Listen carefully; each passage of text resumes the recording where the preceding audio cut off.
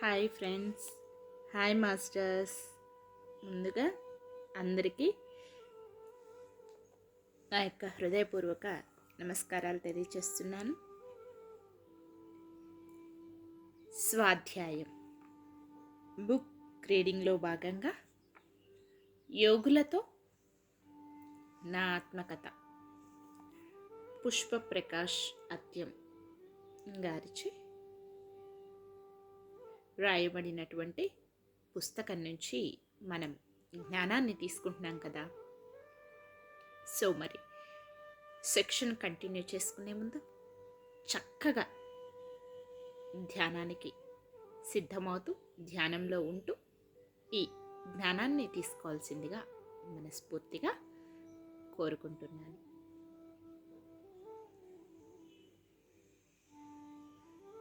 రోజులో మన కోసం మనం ఒక 30 నిమిషాలు కేటాయించుకొని ప్రశాంతమైన మనస్సుతో ధ్యానంలో ఉంటూ జ్ఞానాన్ని స్వీకరించి మరింత ఉన్నత స్థితికి ఎదుగుదాం.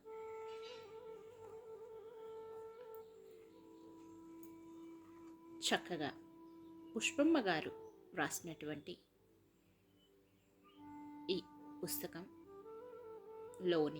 యోగులతో మనం కూడా వారి ఎనర్జీస్కి కనెక్ట్ అవుతూ చక్కగా ఆ జ్ఞానాన్ని, ఆ ఎనర్జీస్ని అన్నీ స్వీకరిస్తూ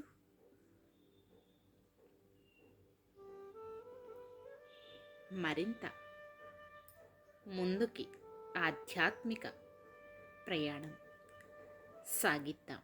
my dear friends and my dear masters, చక్కగా అందరూ ఉన్న చోటనే స్థిరమైన సుఖ ఆసనంలో కూర్చోండి.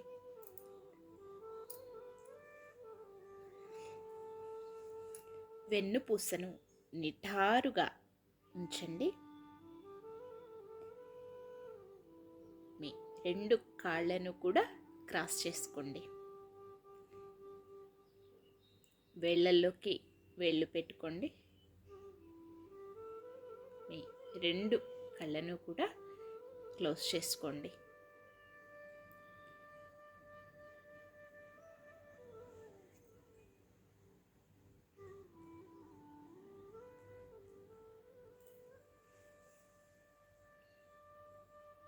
దీర్ఘ శ్వాసను తీసుకోండి. నిదానంగా శ్వాసని బయటికి వదిలివేయండి. మరొక్కసారి దీర్ఘ శ్వాసను తీసుకోండి. నిదానంగా శ్వాసని బయటికి వదిలివేయండి.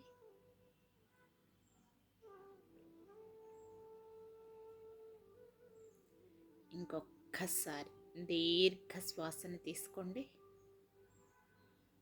నిదానంగా శ్వాసని బయటికి వదిలివేయండి.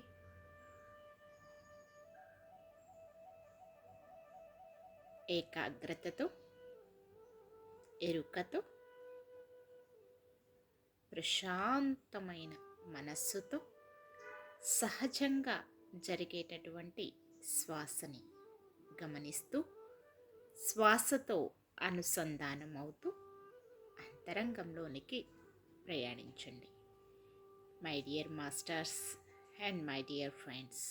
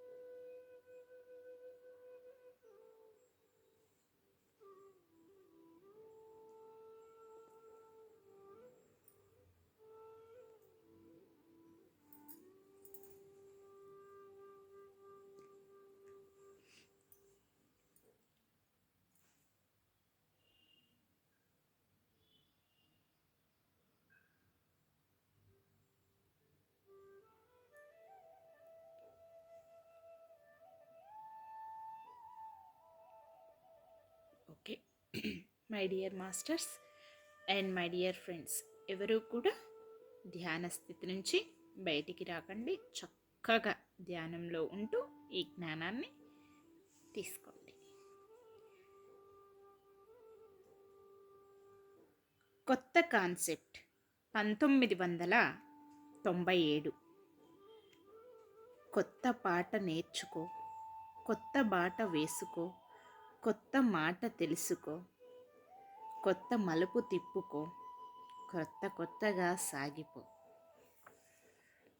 మన జీవితంలో ఏది ఉన్నా ఏది లేకపోయినా ఆత్మతో ఆనందంగా ఉండటంతో అంతా కొత్తగా సాగిపోతుంది. తల్లి గర్భములోని మాయపొర 20/10/1997. థర్డ్ ఐ అనుభవంతో సూక్ష్మ శరీరంగా తెలుసుకున్న సత్యం. ఒక తల్లి గర్భంలో ఉన్న శిశువుని చూపించి, ఆ శిశువు తన చుట్టూ ఉన్న ఒక పొరను తొలగించుకునే విధానం చూడు అని ఆ శిశువు పొరను చేతులతో ఛేదించి బయటకు రావటం చూపించి, నీవు సృష్టికర్తవే అని నా అంతరంగం నుంచి వినిపించింది. 11/11/1997 సంవత్సరంలో నా గ్రహ మరి దేహంలోంచి థర్డ్ ఐ ద్వారా మొత్తం ఒక పెద్ద కాంతి ఆకాశం మారి భూమిగా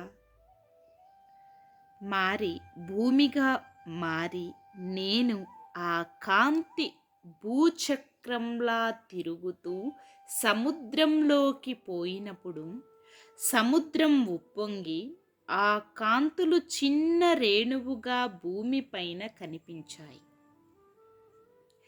నేను అప్పుడే తిరుపతి ట్రెక్కింగ్కి వెళ్ళాను. ట్రైన్లో నా అనుభవం చెబుదాము అనుకునే లోపలే పత్రి గారు ఒక క్రియేటర్ అయ్యావు అన్నారు. కొద్దిగా ఆలోచనలో పడ్డాను. అప్పుడు శరీర చైతన్యం కొద్దిగా లాగుతున్నా పెద్దగా పట్టించుకోకుండా బాగా సాధన చేశా. అప్పుడు ఆత్మ ప్రబోధం ఇలా తెలిసింది. 23/12/1997 సంవత్సరంలో నీ నుంచి ఉద్భవించిన కాంతులు 11/11/1998 జరిగిన ప్రాసెస్ ద్వారా తల్లి గర్భాల్లో ప్రవేశపెట్టబడ్డాయి. వారు భూమి మీదకు రాబోతున్నారు, అది కూడా గురు సమక్షంలోనే అని వినిపించింది. అలాగే జరిగింది. వేమన ఉన్న సమాధి తమ్మల్లపల్లి, చిత్తూరు జిల్లా. ఆ పల్లెలో మామిడి తోటలో మేమందరము స్వీట్ మెమొరీస్ అనుభవించాము.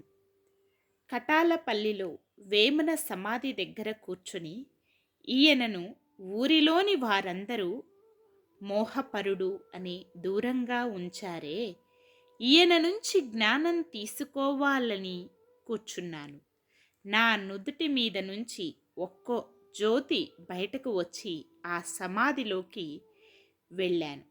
వారు అభిరామ అన్నారు. నన్నేమిటి మీరు అలా అంటున్నారు అన్నాను. అప్పుడు ఒక పద్య రూపంలో ఇలా చెప్పారు. గురువును మరచుట కంటే ద్రోహం ఇలలో వేరొకటి కలదా పాపం. వెలికి తీసిన తీగే మట్టి కరుచుట కంటే పుట్టి చచ్చుట కన్నా పడి చచ్చుట మేలయ, విశ్వధాభిరామ వినురవేమ అన్నారు.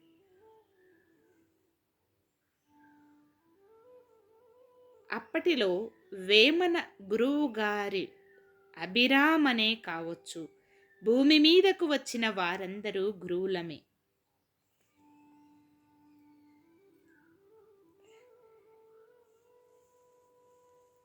నేను వచ్చాను భూమి మీదకు, కానీ ఎవరికీ తెలియనివ్వలేదు. మీ గురువు మాత్రమే తెలుసు. ఈ సమయంలో శరీర ధారణ అనేది గొప్ప అవకాశం. ప్రతి ఒక్క యోగి భూమి మీదకు రావాలని తపన పడుతున్నారు. ఈ అవకాశాన్ని ఎవ్వరూ వదులుకోకూడదనే గురువు గారి సంకల్పం. అందుకే నిరంతరం సంచారం చేస్తూ జ్ఞానాన్ని బోధిస్తూ ఆనందింపచేస్తున్నారు. ధ్యాన, జ్ఞాన, బోధ ఈ మూడు ఒక త్రిశూలంలా నీ చేతిలో పట్టుకొని నువ్వు ముందుకు అడుగు వెయ్యి అన్నారు ఒక మహాయోగి. ఆయన ఆస్ట్రల్ వరల్డ్లో ఉన్నారు. నిరంతరం యోగ సాధన ద్వారా భూమికి ఎలాంటి ఎనర్జీ అవసరమో రీసెర్చ్ చేస్తూ ఉన్నారు. ఆయన పక్కన ఒక పాము ఉంది. చెప్పేది విను అని సూచనలిస్తూ ఉంది. పట్టుదల, ప్రతిభలను గురించి తెలుపుతూ ఆయన భ్రాంతులకు వెనక ఉండే సత్య సూత్రాన్ని బయలుపరచగల నిజమైన ప్రయోగశాల భూమియే అని, భ్రాంతికి మనస్సే కారణం అని ముందు తెలుసుకో అన్నారు. ఆ మహర్షి మనస్సు అనేది చాలా సున్నితమైనది, ఉన్నతమైనది. మనస్సును మలచుకునే పద్ధతే మౌనం. నేర్చుకో. ఆలోచనలను బట్టి మనస్సు మనకు రకరకాల పద్ధతుల్లో ఎన్నో వినిపిస్తుంది. శిలగా ఉన్న నీవు శిల్పంగా మారటానికి ఎన్ని సుత్తి దెబ్బలు పడాలి? అలాగే మనస్సు కూడా అద్దంలా ఉంచుకోవాలంటే తప్పదు మరి. వినికిడి నేర్చుకోవాలి. ప్రతి ఇంద్రియం ఎలా పనిచేస్తుంది అని, ఇదంతా కూడా మనస్సు పని. మనస్సు గురించి చెప్పాలంటే చాలా ఉంది. ఇక్కడ స్త్రీ లేదు, పురుషుడు లేడు, అంతా ఒక్కటే అన్నారు ఆ మహాత్ముడు. మనస్సు అనేది అందరికీ ఉంటుంది కదా అన్నాను. కానీ నా పని మనస్సును మేల్కొల్పటం, బుద్ధిని వికసింప చేసుకోవటం. మన బుద్ధిని మనస్సు దగ్గరికి పంపేదే మౌనం. అలా ఎప్పుడైతే చేస్తామో చెట్టుతో మాట్లాడవచ్చు, పుట్టలోకి వెళ్ళవచ్చు, పశువులతోనూ పక్షులతోనూ కొండలతోనూ మాట్లాడే శక్తి వస్తుంది. మౌనానికి ఒక భాష కాదు, అన్ని భాషలు వస్తాయి. ధ్యానం ద్వారానే కాక మౌనం ద్వారా తెలుసుకోవచ్చు అని నిరూపణ అయినది. మనస్సుకు అన్నింటిలోనూ ఇమడటం సాధ్యమవుతుంది. ఒక గురువు గారు ఇలా అన్నారు: శరీరం ఒక రథం, దానిని మనం సౌందర్యానికి ఉపయోగిస్తాము, కానీ దానిలో ఉన్న అసలైన ప్రాణశక్తిని గమనించాలి అని. నిజమే. నన్ను ప్రేమించుకున్నప్పటి నుంచి నాలో ఉన్న ప్రతి అణువుతోనూ కలిసి ఉన్నాను అని ప్రేమగా లోనికి తొంగి చూడటం నేర్చుకున్నాక శరీరం కాంతివంతంగా కావటమే కాక కొత్త ఉత్సాహం కలిగింది. శరీరం, మనస్సు, బుద్ధి, ఆజ్మాయిషి అన్నీ సహకరించడం మొదలు పెడతాయని తెలుసుకున్నా. అలా నా దారి జ్ఞానదారిగా సాగిపోతూ ఉంది. ఆకాశిక్ రికార్డ్ 1997 అర్హత ఉంది అని మాత్రమే అర్థమైంది.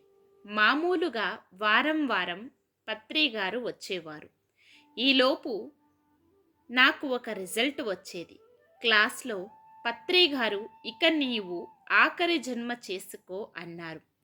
సరే అని రాత్రి క్లాస్ అయిన తరువాత ఇంటికి పోయి నా పనులన్నీ ముగించి పడుకునే ముందు ఆకాశంలో విహారయాత్ర చేస్తూ హాయిగా తిరుగుతున్నాను. ఆకాశ మార్గంలో వెళుతూ ఉండగా సార్ చెప్పారుగా ఆఖరి జన్మగా చేసుకో అని. సరే అదే చేద్దాం అని వెళుతూ ఉంటే ఒక ఆజానుబాహుడు అడ్డగించి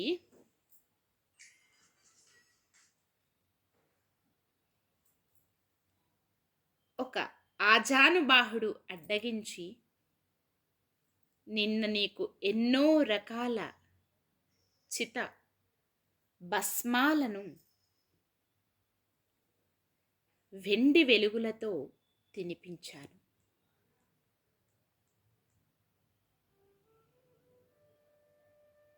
నీ తలగడ కింద కూడా ఉంది, జాగ్రత్త, మైండ్ ఉపయోగించు అన్నారు.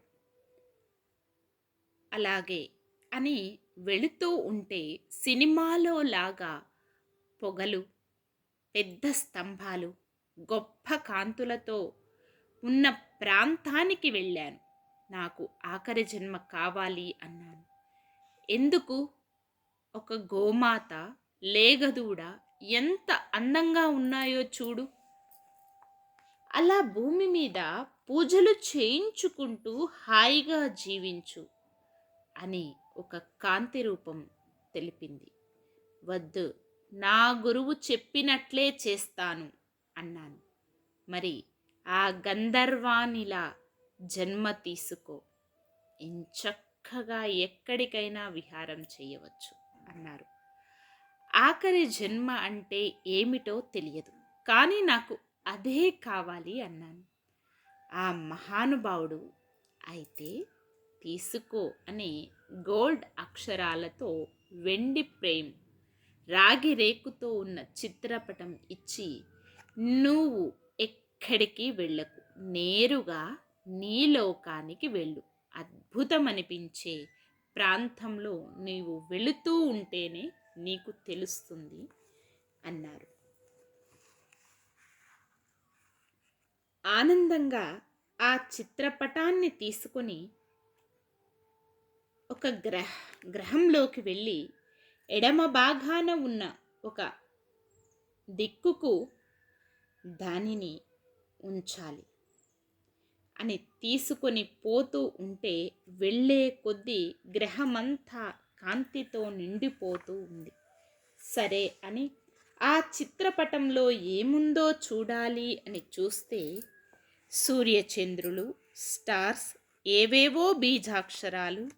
నాకేమో ఆ వింత కాంతులు అర్థం కాక, ఏమిటి ఈ వింత కాంతులు అనుకునే లోపు ఆ గ్రహంలో పైన తేలుతూ ఉన్న ఒక యోగి కమండలం నుంచి మంత్రజాలం నా పైన పోసి ఇంకా పో అన్నారు. సరే మీ ఇష్టం అని వచ్చేసాను. అమ్మ ఉన్న లోకానికి వెళ్ళి చూడు, నాకు వీసా కార్డు వచ్చింది, చలికాలం కదా, అందుకే నా గురువు వేడి నీళ్లతో తల అంతా తడిపేశారు అని చెప్పా.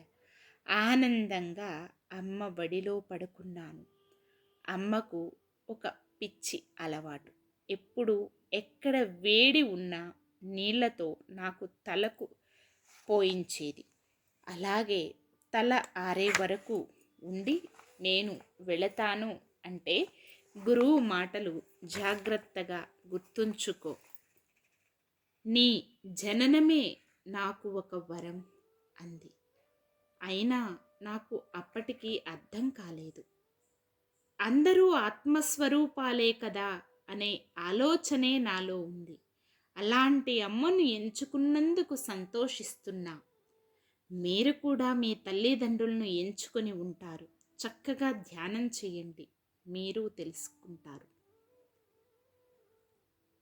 Akashic record 26/12/1997.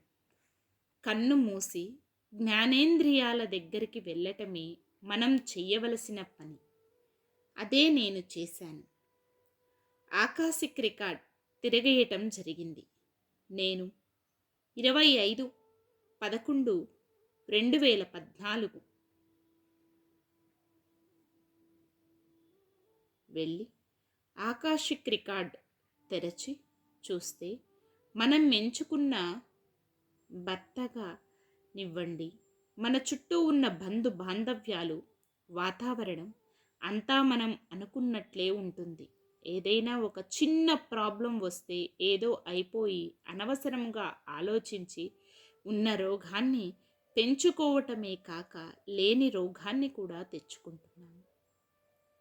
ఇంకా ఎదుటి వారిపైన నిందలు వేస్తూ కర్మబంధాలలో చిక్కుకుంటూ ఉన్నామే తప్ప మన డిజైన్ ఇది అని తెలుసుకుంటే అంతా ఆనందంగానే ఉంటుంది. అలా నా జీవితాన్ని ఆనందంగా దిద్దుకున్నానే చెప్పాలి. ధ్యాన ప్రచారం చేస్తున్న వారు మరి సంతోషంగా వారి జీవితాలు దిద్దుకుంటూ ఉన్నారు. అది చూసి చాలా సంతోషించాను. హర్స్లీ హిల్స్ పత్రికారు 1997. ఒకసారి ధర్మవరంలో క్లాస్ అయిన తరువాత సార్ నన్ను జయశ్రీని హర్స్లీ హిల్స్ రమ్మన్నారు. మా తోటి శివప్రసాద్ ఇంకా 6-7 మంది ఒక మేడం వచ్చారు. మదనపల్లిలో క్లాస్ అయిన తరువాత వెంటనే హర్స్లీ హిల్స్కు 2 కార్లలో వెళ్ళాము. ఆ వాతావరణం చాలా చలిగా ఉంది. మా దగ్గర ఏమీ లేదు. ఒకే డ్రెస్తో వెళ్ళాము. మేమిద్దరం ఒక కాటేజ్ రూమ్లో ఉన్నాము. సార్ తోటి కొద్దిసేపు ధ్యానం చేద్దాము అని ఓపెన్ ప్లేస్లోకి వచ్చాము. సార్ ఒక కొండ మీద కూర్చుని ధ్యానంలో ఉన్నారు. మేము వెళ్ళి ఒక సిమెంట్ బెంచ్లో కూర్చున్నాము. అప్పుడు సార్ మీకు చలివేయదా? మాకు లోనుంచి వణుకు పుట్టుకొస్తోంది అన్న. పత్రిగారు ఓకే రండి అన్నారు. సార్ పైన జయశ్రీ మేడం ఒక శాలువా కప్పారు. సార్ నాకు కాదు, పుష్పా మేడంకు అవసరం అంటూ ఆయన ఆ శాలువా నాకు కప్పారు. టైం రాత్రి 11 గంటల నుంచి 11:30 అయి ఉంటుంది. కరెక్ట్గా అప్పుడే మా వారు ధర్మవరంలో పడిపోయారు అని, నుదుటి మధ్యలో బాగా రక్తం పోయింది అని, కుట్లు పడ్డాయి అని వచ్చిన తరువాత తెలిసింది. మేము అక్కడి నుంచి తిరుపతికి వెళ్ళి భీమా లాడ్జ్లో సార్తోనే ఉన్నాం. సార్ ఒక వాకిన్ మాస్టర్ను చూపి ఇతనితో మాట్లాడండి అన్నారు. మేము ముగ్గురం తిరుపతిలో షాపింగ్ చేశాం. ఆయన నాతో ఒక పెన్ను కొనిపించుకున్నాడు. జయశ్రీకి ఒకటి కొని ఇచ్చాడు. ఏమిటక్క ఈ విచిత్రం అంది జయశ్రీ. వాకిన్ మాస్టర్స్ అలానే ఉంటారు. నాకు ఇచ్చేదే తెలుసు, నీకు తీసుకునేదే తెలుసు అని రూమ్కి వచ్చాం. సార్ క్లాస్ అయిన తరువాత తిరిగి ధర్మవరం వచ్చి మా వారిని చూసి వెళ్ళారు. నా గురువు ఎలా జాగ్రత్తలు తీసుకుంటున్నారో చూసారా? నమ్మాలి. మన పైన నమ్మకం ఉంటే గురువు పైన ఉంటుంది. ఒక్కసారి ఆ టైంలోనే 25 ఏళ్లగా భూమి మీద ఉన్న సోల్ని పంపటానికి చాలా రిస్క్ తీసుకోవాల్సి వచ్చింది. ఆ సోల్ని పంపటానికి ఆస్ట్రాల్ మాస్టర్స్ సహాయంతో థర్డ్ ఐతో వారు పంపించిన విధానం అంతా పత్రి గారితో చెబుతూ, సార్, ఆ ఆత్మ వాళ్ళ తాతగారు అజ్ఞానపు లోకాలలో ఉన్నారు, వెళ్ళటానికి ఇష్టపడట్లేదు. తిరుమల ధ్వజస్తంభం దగ్గర ముగ్గురు మాస్టర్స్ సహాయంతో ఎథరిక్ బాడీని కాల్చివేశాను అన్నాను. సార్, భూమి మీద తిరుగుతూ ఉంటూ అడ్డంగా ఎంతో జ్ఞానాన్ని సంపాదించి ఉంటారు, జాగ్రత్త అన్నారు. అప్పటి నుంచి నా దగ్గరికి వచ్చిన వారికి మాత్రమే ఎలా పోవాలో తెలిపేదానిని.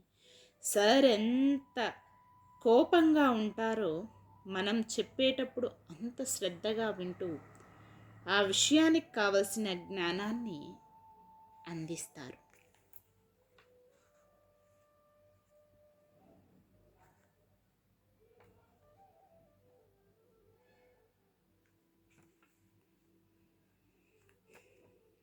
తాడిపత్రిలో పత్రి గారిలో తండ్రిని చూశాను. 1997న ధర్మవరం నుంచి కొంతమందితో తాడిపత్రిలో జరిగిన ప్రోగ్రాంకు వెళ్ళాను. పత్రి గారు స్టేజ్ మీదకు పిలిచి నాతో అనుభవం చెప్పించారు. తరువాత భోజనాలు అన్నారు. సార్కు ఒక భోజనం ప్లేట్ ఇచ్చారు. సార్ ఆ ప్లేట్ నాకు ఇచ్చి తానే ఐటమ్స్ తెచ్చి కొసరి కొసరి వడ్డిస్తూ ఉంటే పక్కన సూర్యకుమారి మేడం ఉన్నారు. సార్, మాకు అన్నారు. ఒక బాబాలా, పోండి మీకు లేదు, ఈ మేడంకే ఈరోజు నా వడ్డన అంటూ వడ్డిస్తూ అందరికీ ఏవో జోక్స్ వినిపిస్తూ ఉంటే తిరిగి నా తండ్రి భూమి మీదకు వచ్చినట్లుగా ఆనందపడ్డాను. సార్, నా తండ్రి విదేశాలలో జన్మ తీసుకుంటారంటే అన్నాను. ఓకే అన్నారు. నీకు ఇంగ్లీష్ కావాలా, నేర్చుకో అంతే అన్నారు. ఆ మర్మం ఏమిటో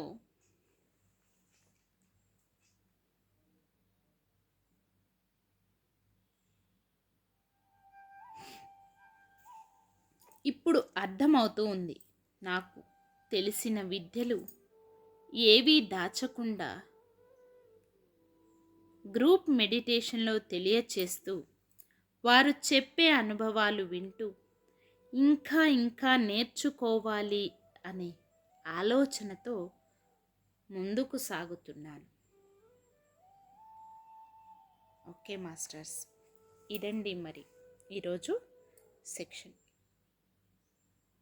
మరి మరొక సెక్షన్లో మళ్ళీ ఇంకా మరింత జ్ఞానాన్ని మనం తెలుసుకుందాం. సెక్షన్ క్లోజ్ చేసుకునే ముందు అమ్మ అందించినటువంటి వారి యొక్క అనుభవాల ద్వారా ఎంతో జ్ఞానాన్ని ఈ పుస్తకం ద్వారా మనతో పంచుకున్నారు. సో ఆ జ్ఞానాన్ని ఇప్పటి వరకు మనమందరం కూడా చక్కగా స్వీకరించాం. ఇప్పటి వరకు విన్న జ్ఞానాన్నంతా మనలో నింపుకోవటం కోసం, ఆ ఎనర్జీస్తో మనం కనెక్ట్ అవ్వటం కోసం, మన ఆధ్యాత్మిక ప్రయాణం ఇంకా ఎంతో ముందుకు సాగటం కోసం,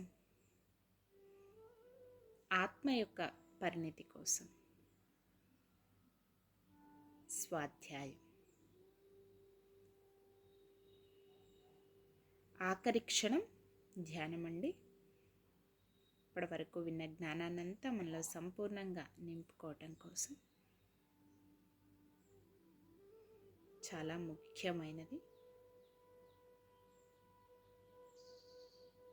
ఎరుకతో సహజంగా జరిగేటటువంటి శ్వాసని గమనిస్తూ శ్వాసానుసంధానం, శ్వాసతో అనుసంధానం.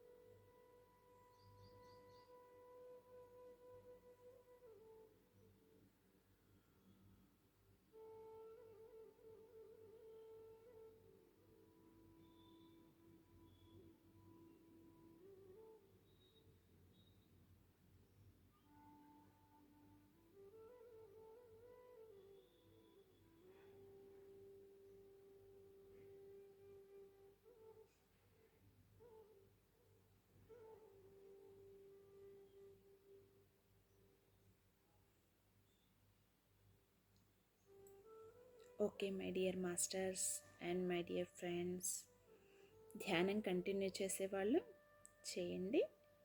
మిగతా వాళ్ళు నిదానంగా సహజ స్థితికి వస్తూ మీ రెండు చేతులను విడదీస్తూ మీ కంటి మీద పెట్టుకోండి. 5 4 3 2 1 0.